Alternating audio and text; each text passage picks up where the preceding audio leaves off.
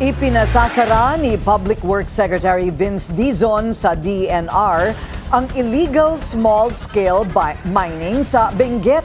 Bukod daw kasi sa masamang panahon, ito'y posibleng dahilan ng pagguho ng mga kalsada sa lugar. Narito ang agenda report ni Dobby de Guzman.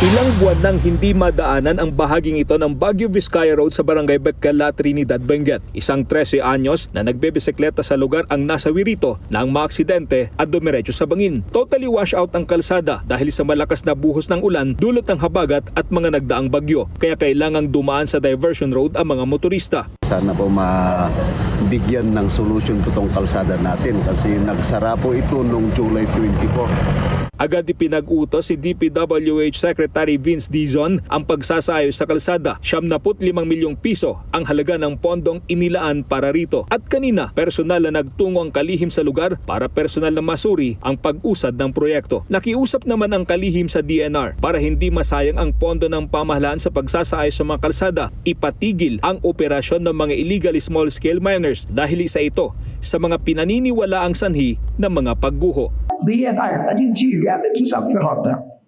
You have to shut those things down. Yes po, sir. Diba? And we need to dito. So, sasabihin natin, kailangan isara.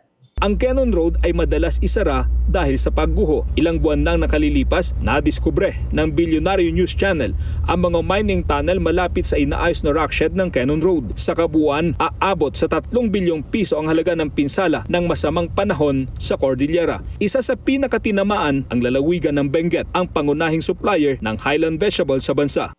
Para sa agenda, Dobby de Guzman, Bilyonaryo News Channel, Baguio City.